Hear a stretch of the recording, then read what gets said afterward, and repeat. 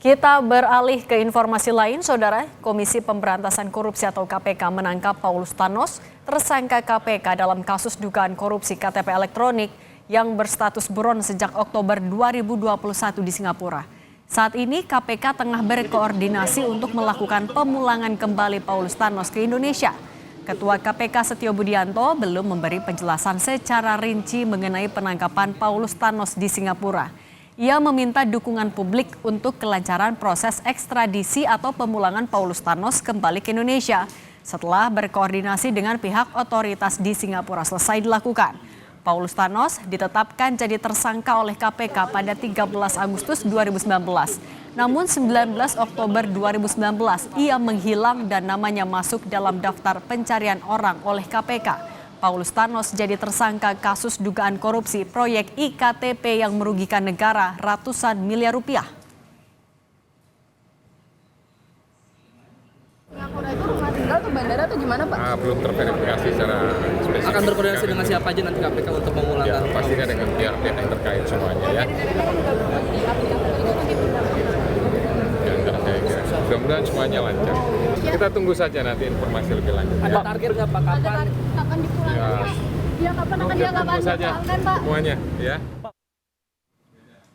Menteri Hukum Supratman Andi Aktas menyatakan proses ekstradisi atau pemulangan buronan kasus korupsi pengadaan kartu tanda penduduk Paulus Thanos dari Singapura dapat berlangsung 1 hingga 2 hari. Bisa pengadilan di Singapura menyatakan dokumen yang diajukan ke pihak Indonesia sudah lengkap, maka ekstradisi Paulus Thanos akan segera diproses. Semua bisa sehari, bisa 2 hari, tergantung kelengkapan dokumennya. Karena kan itu permohonan harus diajukan ke pihak pengadilan di Singapura. Kalau mereka anggap dokumen kita sudah lengkap, ya pasti akan diproses. Pak, ini Pak.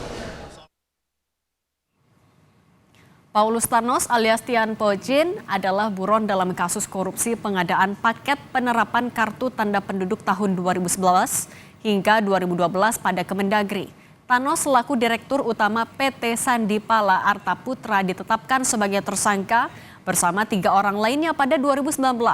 Thanos menjadi salah satu tersangka kunci dalam kasus korupsi IKTP ini sebab perusahaan miliknya mendapat proyek besar terkait IKTP. PT Sandipala Arta Putra sendiri diduga mendapat pekerjaan sekitar 44% dari total keseluruhan proyek IKTP senilai 5,9 triliun rupiah.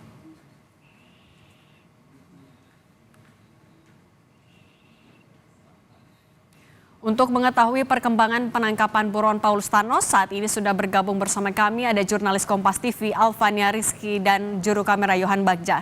Alva, selamat petang. Jadi bagaimana perkembangan pemulangan buron kasus korupsi IKTP ini, Paulus Thanos?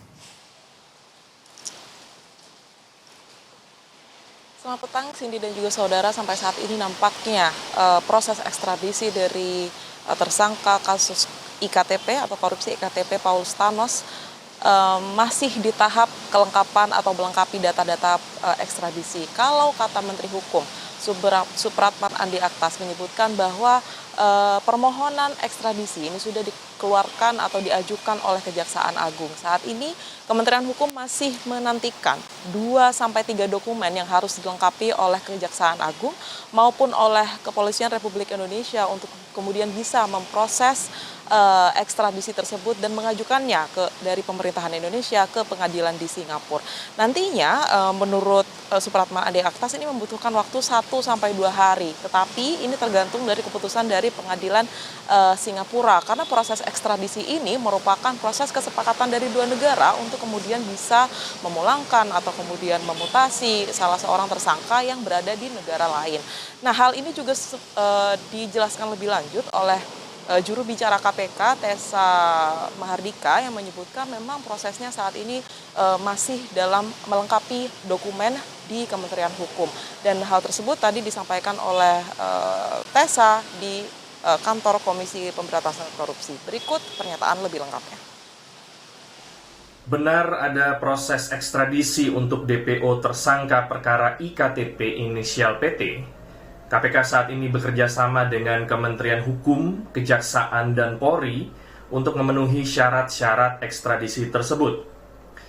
Kita berharap syarat-syarat tersebut dalam waktu dekat dapat segera dipenuhi dan tersangka PT dapat dimintakan pertanggungjawabannya di perkara IKTP.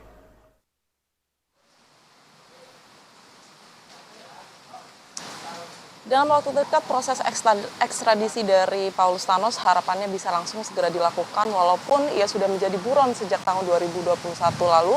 Cindy dan juga saudara, banyak sekali kendala yang harus dihadapi KPK dalam melakukan ekstradisi. Mulai dari terlambatnya kemunculan red notice, kemudian perubahan identitas dari Paulus Thanos itu sendiri, dan saat ini sampai pada penangkapan Paulus Thanos di Singapura. Kita menantikan bersama seperti apa keputusan dari pengadilan Singapura. Cindy.